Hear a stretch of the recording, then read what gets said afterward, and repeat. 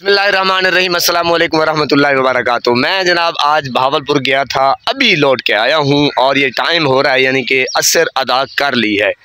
तो जनाब बस वहाँ मैं मसलन चौक में था, वैसे ही अपने कोई काम के सिलसिले में।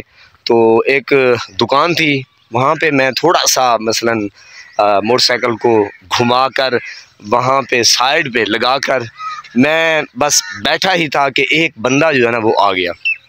उसने कहा कि यार आप वो तो नहीं है। मैंने कहा कौन? उसने कहा यार वो जो आपने खान साहब का तराना गाया। मैंने कहा जी मैं ही हूँ। अच्छा, फिर उसने जनाब मुझे गले लगाया और बड़ा प्रोटोकॉल प्यार खान की वजह से, बाकी मुझे कौन जानता है।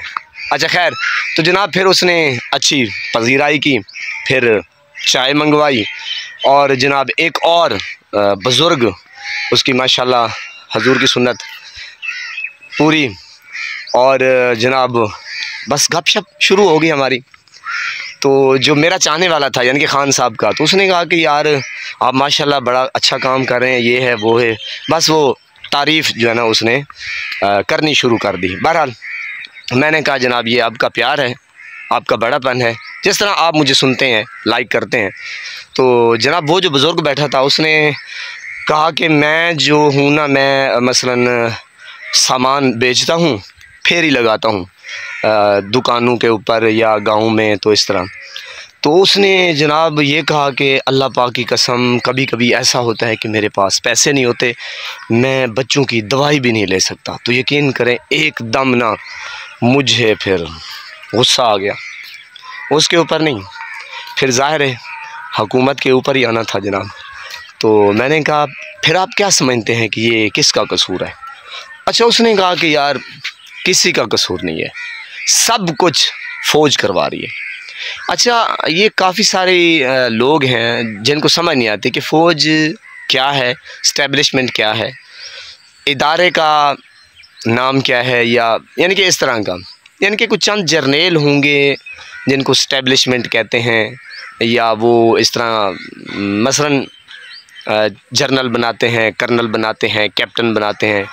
तो जिस तरह वो कहते हैं ना कि यार एक टीम को तश्कील देना, इस्टेब्लिशमेंट उसको कहते हैं।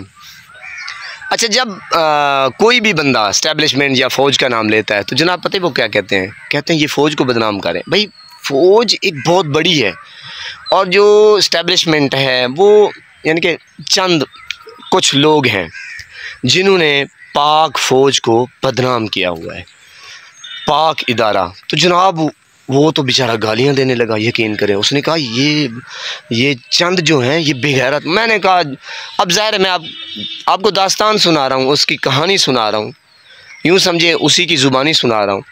यकीन करें मुझे बहुत तकलीफ़ हुई, बहुत दुख हुआ कि यार ये देखो। तो फिर एक वाक़या हुआ मेरे साथ, मेरे सामने हुआ, मेरे साथ नहीं हुआ। मसलन पैसे लेने गए थे बेनज़ीर के, तो वहाँ पे एक हादसा हुआ जनाब। यानी कि आप ये चेक करें कि गुर्बत का लेवल चेक करें। मैं गुनाहगार आँखों से देखता रहा, मसलन छोटे बच्चे बिल्कुल गालिबन 1 माह 2 माह या 3 माह के, यकीन कर बेटियां जो है ना वो हाथ में उठा उठा के फिर रही हैं, और वो बेचारियां लाइन में लगी हुई हैं। इतनी मसलन गर्मी में पनाह है खुदा की। अच्छा, मुझे नहीं पता था, मैं तो बाहर था, तो सुनने में आया है, वल्लाहु आलम, सुनने में आया कि एक औरत, उसके हाथ में बच्चा था और गुर्बत ने उसे मारा हुआ था। लाइन छोड़ के जाती थी तो फिर उसका नंबर नहीं आना था, और बस इसी तगोदो में कि बस अभी मुझे पैसे मिलेंगे बेनज़ीर के, अभी पैसे मिलेंगे, अभी पैसे मिलेंगे, बस ये करते करते हबस में पता नहीं कोई हज़ारों का मजमा था। वो जो उसका बेटा था ना, वल्लाहु आलम, लोगों में ख़बर फैल गई कि बच्चा जो है ना वो मर गया है। तो ये हालात चल रहे हैं जनाब मुल्क के। अब जो ये PDM का टोला है, अल्लाह पाक की कसम, ना कोई किसान के ऊपर तवज्जो दे रहा है, ये कपास है मेरे पीछे। ये जिस शख्स की है ये कहानी दूसरे रुख में चली जाएगी। इसने तकरीबन कोई मेरे ख्याल में ये एक ठेका लिया हुआ है किसी बंदे ने ना, यकीन करें। तकरीबन को ये बता रहा था कि 50 लाख का मेरा ख़र्चा हो गया है और मुझे नहीं इल्म कि मेरी कम से कम कोई 1-2 लाख की कपास निकल आएगी। आप हैरान होंगे सुन के, यानी कि 36 लाख 50 लाख का ख़र्चा वो कह रहा था। मैंने कहा चलो होगा, तो ज़मीन ठेके पे है ना, मुस्ताजरी भी डाल लेना साथ, ख़र्चा भी सारा कुछ डाल डूल के ना, लेबर भी लगाई है उसने, पानी जो लगाते हैं, तो सारा कुछ कर करा के वो कहता है कि मेरा 2 लाख भी नहीं निकलने वाला। मैं तो हैरान परेशान हूँ, वो बेचारा रो रहा था। अच्छा, फिर दूसरी कहानी ये भी मैंने सुना दी आपको कि वहाँ पे बच्चा जो है ना उसकी डेथ हो गई। तो पाकिस्तान का ये सीन है। अब ये जो चोर लुटेरे हैं इनको कुछ समझ नहीं आ रही कि अब करना क्या है। इनके पास रोड मैप नहीं है, यकीन करें।